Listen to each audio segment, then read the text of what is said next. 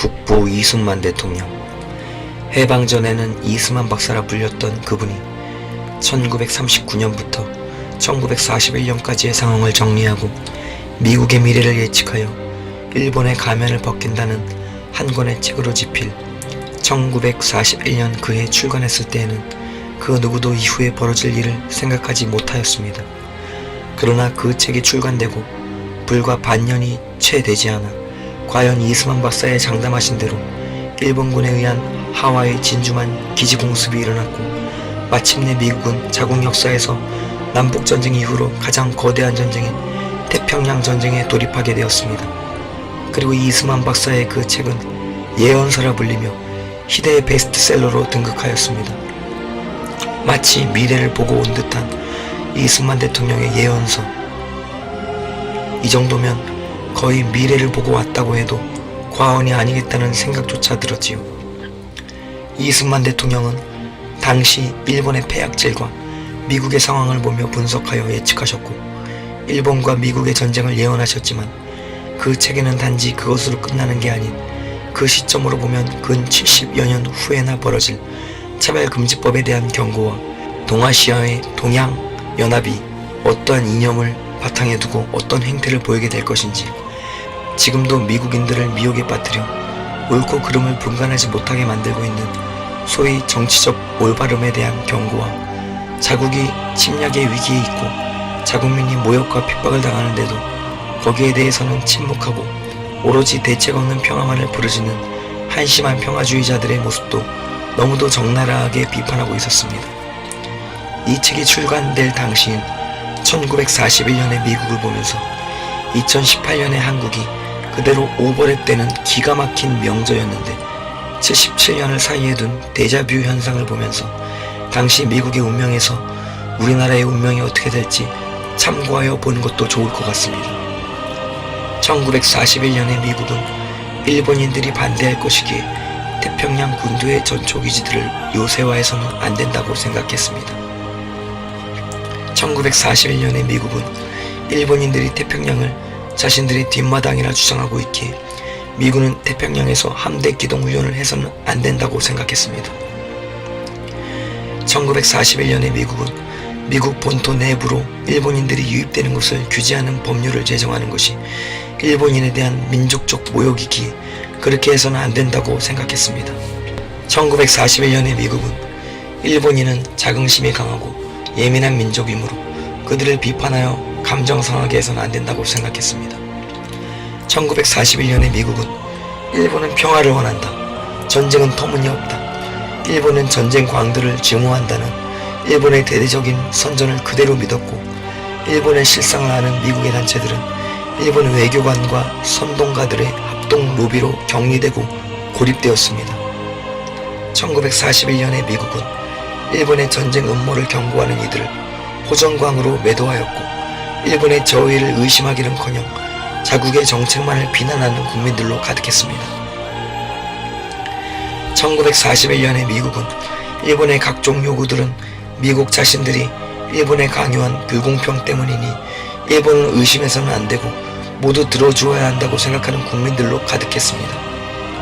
1941년의 미국은 자국 선교사들과 언론인들이 일본이 점령한 지역에서 일본군에 의해 핍박당하는데도 태평양 지역의 평화를 위해 희생을 감수하고라도 일본과 친해야 한다고 생각하는 한심한 국민들로 가득했습니다.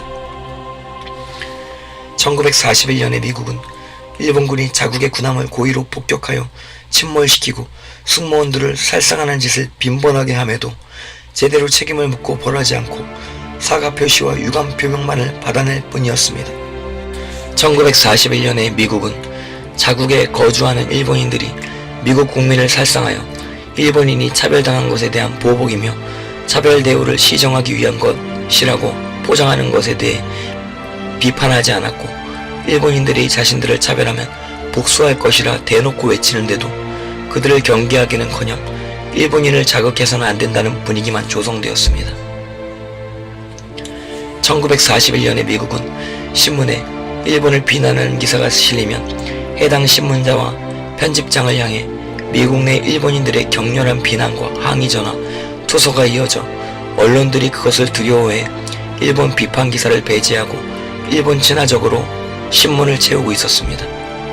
1941년에 미국은 표현의 자유와 관용 정신을 최대한 이용하여 미국인과 미국 정부를 격렬하게 비난하면서 자신들에 대한 비판은 차별이라며 격렬하게 반발하는 파렴치한 일본인들이 판을 치고 있었습니다. 1941년에 미국은 사회 전반에서 반일 감정이 길을 펴지 못하고 일본을 경계하는 인사들은 과격론자, 무식징이로 매도당하며 이런 분위기가 정책에까지 영향을 미치고 있었습니다. 1941년에 미국은 침략자에 대항한 전쟁에 참전하는 애국자들을 군국주의자라며 매도하는 광신적 평화주의자들로 가득했고 전쟁이라면 무조건 반대하는 투쟁적 평화주의자들의 행태는 가히 간첩에 필적한 수준이었습니다.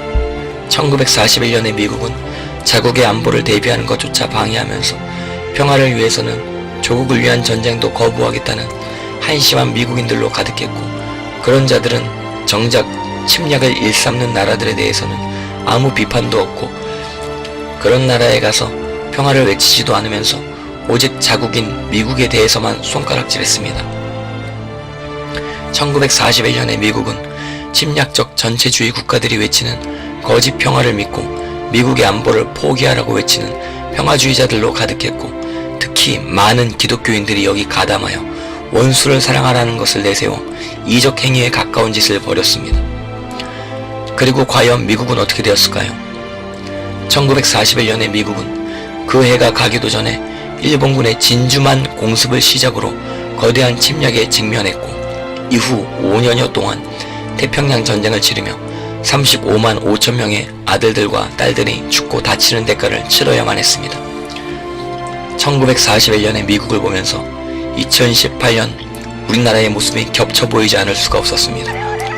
옳지 못한 것을 비판하고 경계하는데도 차별과 혐오라는 딱지를 붙이며 차별을 금지한다며 동성애와 이슬람이 비집고 들어오려 하는 세태에 우리 국민을 최우선적으로 보호하고 존중해야 함에도 국민보다는 사람이 먼저라며 오히려 자국민의 피를 빨아 엉뚱한 자들의 배를 불리려 드는 기가 막힌 상황들.